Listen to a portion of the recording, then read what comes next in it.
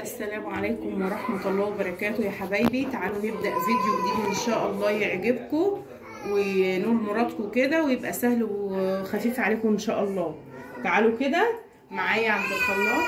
ده سوداني يا جماعة، انا محمصاه وطحناه للحشو بتاع الجلاش. طبعا دي معلقة قرفة اهي.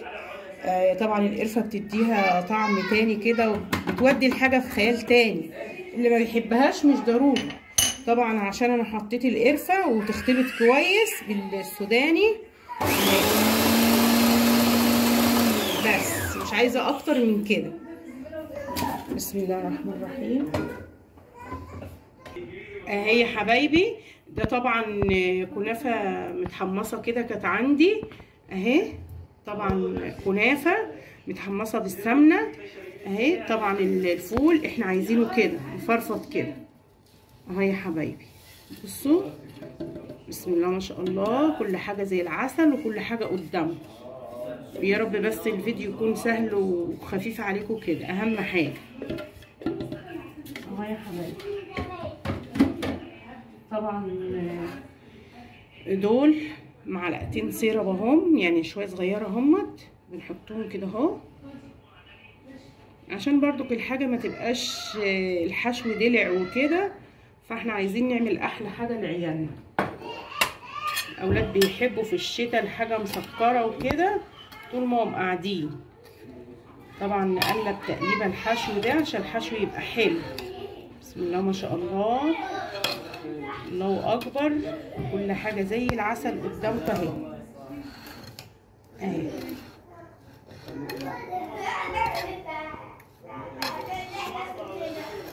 اهو يا حبايبي.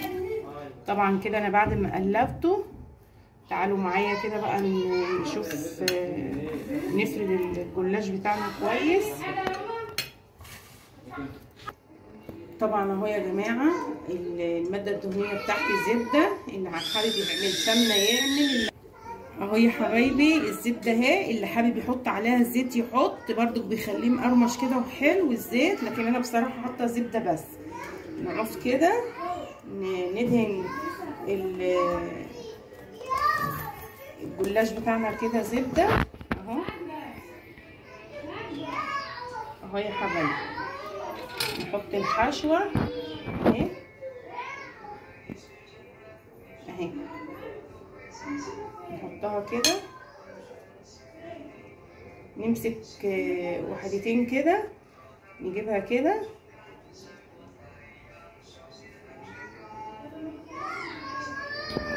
اهو يا حبايبي. بصوا الطريقه دي حلوه قوي اهي. الجلاش الملفوف اهو. بصوا يا حبايبي، تضغطي كده بصباعك ده، تضغطي اهو والتاني تلم اهو. بصوا بسم الله ما شاء الله، حاجه زي العسل وانتي اللي عاملاها لاولادك اهو. بصوا الصباع اهو اهو. هو ده المطلوب. واللي عايز يعمله برضو مثلثات يعمل. تحطي اللي انتي لفاها دي، اللفه اخرها اهي، تحطيها تحت وتعملي بقى غيرها وغيرها اهو. برضو اتنين من الورقه كده اهو. طبعا دول نعصهم زبده برضو اهو يا حبايبي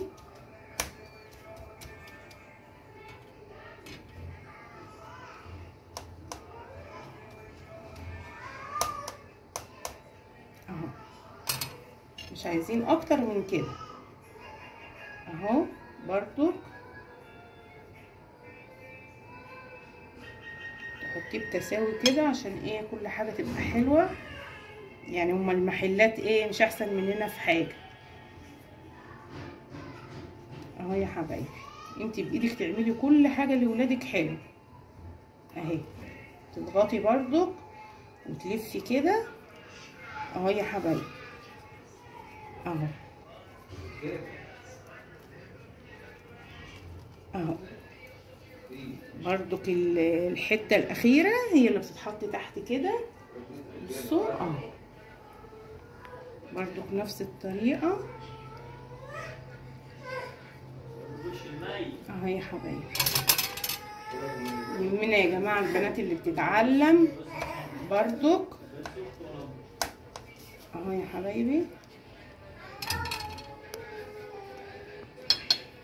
اهو. حطي برضك الحشوه في النص كده ده بتساوي، تلفي الطبقتين كده عليه من الناحيه دي والناحيه دي اهو، وتمسكيه كده اهو. بصوا يا حبايبي طبعا مفيش احلى من كده اهو اهو يا حبايبي. واسمي حاجه انت اللي عاملاها لاولادك بايدك في قلب بيتك. الست المصريه معروف عنها ان هي شاطره جدا اهو. برضو نفس الطريقه. طبعا يا جماعه الماده الدهنيه مفروشه اهو في الصينيه. اخلص كميتي وارجع لكم تاني اهو يا حبايبي كده. طبعا الزبده اللي فاضت، هو على فكره بيحب الزبده كتير او السمنه او زيت على سمنه، يعني مش هتفرق، على قد ايديكم واعملوا يا جماعه، عشان يعني ايه كل واحده تمشي بيتها زي ما عارفه. دي لفه جلاش واحده يا حبايبي ما شاء الله، عملت حبه حلوه اهي، وحاجه حلوه مسكره والعيال قاعدين كده اهي. طبعا يا حبايبي دي بقى هروح على الفرن كده بيها كده يا جماعه. السمنه اتحطت عليهم الزبده كده بقى، هنروح على الفرن كده وسخن اهو. بصوا يا حبايبي اهو، بسم الله ما شاء الله. نحطها كده طبعا ربع ساعه كل فرن وحسب يعني درجه الحراره بتاعته. انا عاملاه اهو على 175 اهو يا حبايبي اهي شكلها وهي في الفرن. طبعا كده تستوي. تعالوا شوفوا هنعمل السيرب ازاي. ده رتل ميه، رتل ونص ميه على كيلو سكر، على كام حبايه قرنفل كده يا جماعه للطعم يعني وكده اهو، بيخلي النكهه حلوه اهو. طبعا دوت هنحطه على البوتاجاز. بصوا هنحط عصره ليمونه كده اهو، كله على البارد يا حبايبي. احسن شربات ينجح معاكي لو عملتيه بالطريقه دي اهو. طبعا انا عشان الكنافه والجلاش بيحتاج السيرب التخين شويه، لكن البسبوسه بتحبه سايل وكده. طبعا دوت عسل جلوكوز كده برضك يهدر، واروح حاطه معلقتين كبار او 3 ما بيخسرش. ده ما بيخليش السكر يسكر يا جماعه، يعمل حبيبات وكده اهو. الشربات لما بتحطيه في التلاجة ولو في حاجه معموله غلط بيعمل حبيبات كده، دي لا، ده بيخليه ما يعملش حاجه ويبقى سيرب حلو كده ولونه ذهبي معاكي اهو. طبعا يا جماعه اولع عليه والسيرب يستوي. هنبتدي بقى اهو يا حبايبي. ده طبعا العسل الجلوكوز، شوفوا المعلقه قد ايه، بسم الله ما شاء الله اهو اهو يا حبايبي. حط معلقه كمان وخلاص، معلقتين كبار كده حلوين، هما بيخلوا الشربات حلو اهو.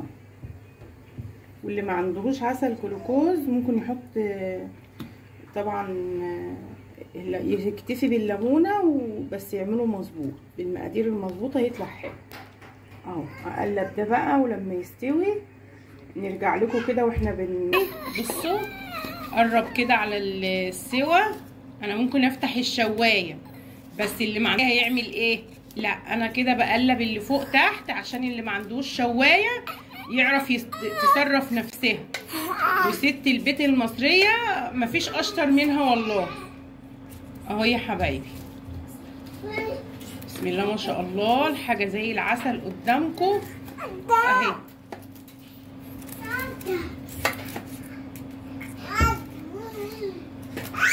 احفادي دول يا جماعه ربنا يخليهم يا رب اهو.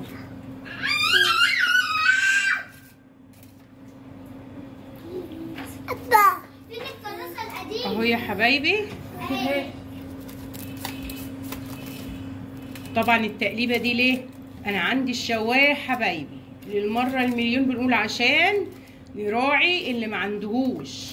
اهو انا بقلبه كده عشان اعلم البنات برضو اللي ما فيش عندهم شوايه وكده، يبقى ايه كل حاجه متاحه لهم برضو، كل حاجه جميله قدامكم اهي. بسم الله ما شاء الله، كل حاجه زي العسل اهو.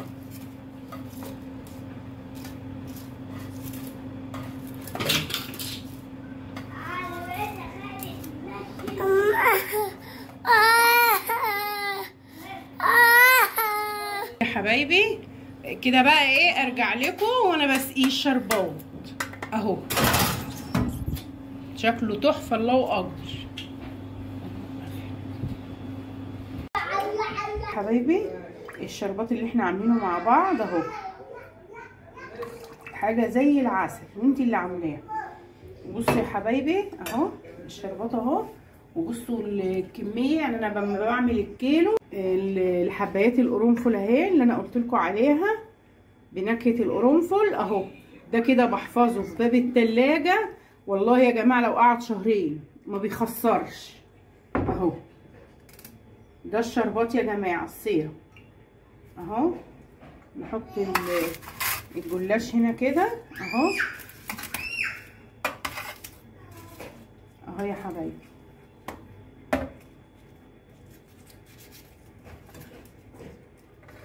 اهو.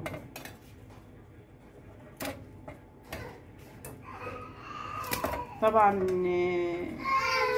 كل ست بيت هي والسقيه اللي عايزه تسقي بها الشربات اهو اهو اهو يا حبايبي. صفي بس كده عشان ما يبقاش مسكر قوي برضك اهو.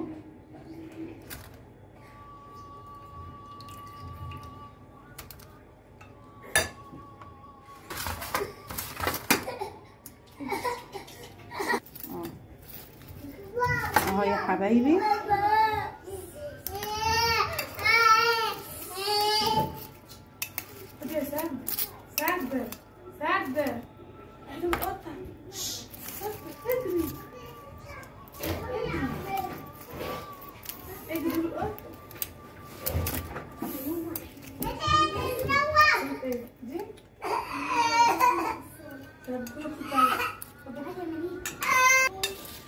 كده يا حبايبي اهو.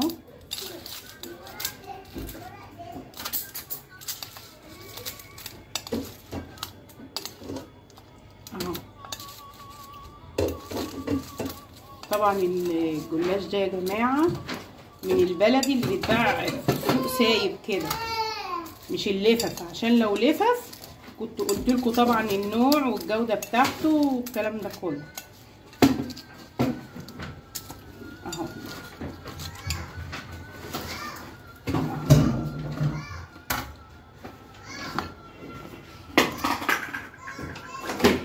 يا حبايبي ارصه بقى في الاطباق وارجع لكم تاني بقى في التقديم اهو يا حبايبي. بعد ما خلص وشرب الشربات معانا اهو يا حبايبي طبعا اهو. بصوا مفيش احلى من كده والله اهو. بسم الله ما شاء الله عليه. اوريكم برضو بصوا اسمعوا معايا القرمشه اللي فيه اهي. بصوا يا حبايبي اهو حشوه جميله جدا اهي. طبعا دي حاجه انت اللي عاملاها في بيتك، وانتوا عارفين الاسعار يا جماعه بره وعارفين كل حاجه. ما تعملي كده لاولادك احسن من مليون ما تشتري حاجه من بره اهي. وعارفه سمنتك وعارفه حاجتك وعارفه نظافتك. طبعا كل ست بيت بتبقى عايزه تعمل احلى حاجه لاولادها، هي الطريقه دي اللي امهاتنا علمونا عليها اهو. وده طبعا السيرب اللي فاض اهو، هحطه في باب التلاجة من غير مواد حافظه. طبعا يا جماعه اهي الحشوه جميله جدا اهي. طبعا يا جماعه عجبكم الفيديو ما تنسوش اللايك والشير وتكتبوا لي في الكومنتات بتاعتكم الحلوه. والسلام عليكم ورحمه الله وبركاته يا احلى متابعين في كل مكان.